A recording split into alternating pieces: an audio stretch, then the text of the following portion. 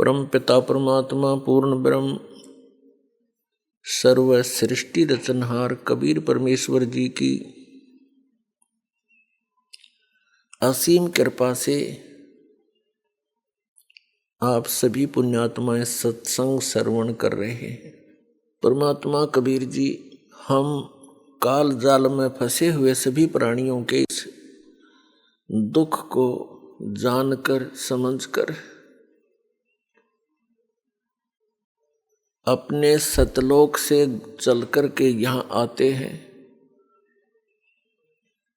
और हमारे अज्ञान को समाप्त करते हैं।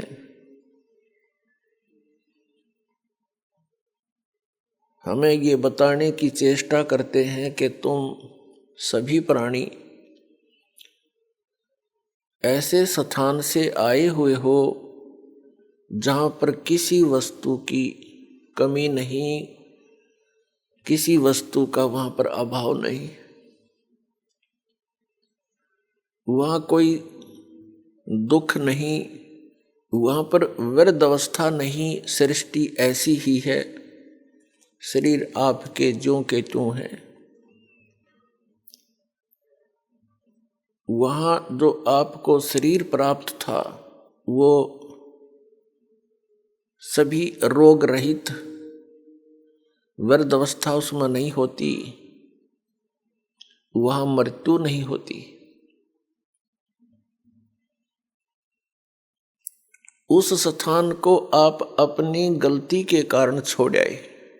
अब आप यहाँ पर ये दंड भोग रहे हो, सजा भोग रहे हो, और यहाँ पर आप जी ने इन दुखों को ही सुख मान लिया। यदि किसी को अधिक दुख है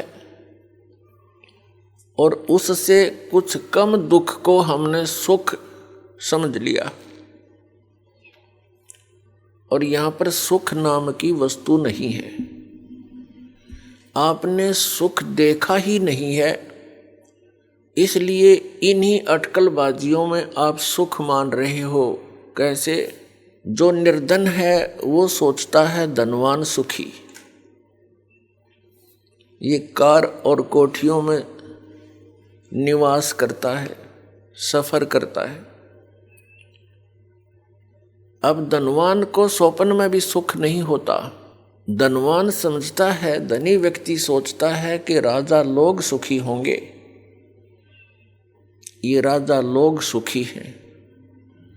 राजा सुखी हो ही नहीं सकता। विचार की बात है, जैसे एक परिवार का मुखिया अपने 4-5 सदस्यों की व्यवस्था में कितनी टेंशन लिए फिरता है।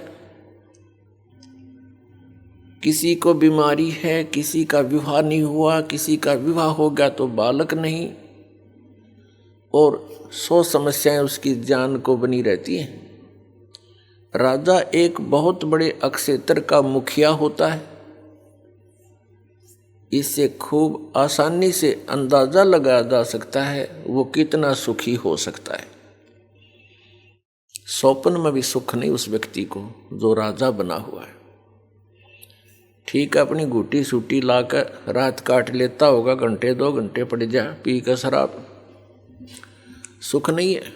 हाँ, उस व्यक्ति को जो परमात्मा से जुड़ा हुआ है, कबीर परमेश्वर की भक्ति करता है, वो चाहे निर्धन है, चाहे धनवान है, चाहे राजा भी क्यों ना बना हो, वो भगवान से डरने वाला, परमात्मा उसका साथी होता है। उसके ऊपर आने वाली आपदाओं को तुरंत निवारण करता है, क्योंकि कबीर परमात्मा वो सुख सागर है जो अपने बच्चों का दुख देख नहीं सकते। और जब तक हम इस परमेश्वर की शरण में नहीं आते हैं तो हम अन्य उपासनाएं जो करते हैं वो हमें अपने प्रारब्ध में आने वाली आपदाओं से नहीं बचा सकते। उन साधनाओं से आपको अन्य लाभ तो हो सकते हैं, लेकिन आपके कर्म के दंड में वो परिवर्तन नहीं कर सकते। एक कबीर परमात्मा परम अक्षर ब्रह्म को छोड़कर अन्य जितने भी प्रभु हैं, स्वामी हैं, वो आपको जैसा कर्म किया है वो ही प्रदान कर सकते हैं, उसमें परिवर्तन नहीं कर सकते। तो वो भक्ति हमारे लिए यूजलेस है।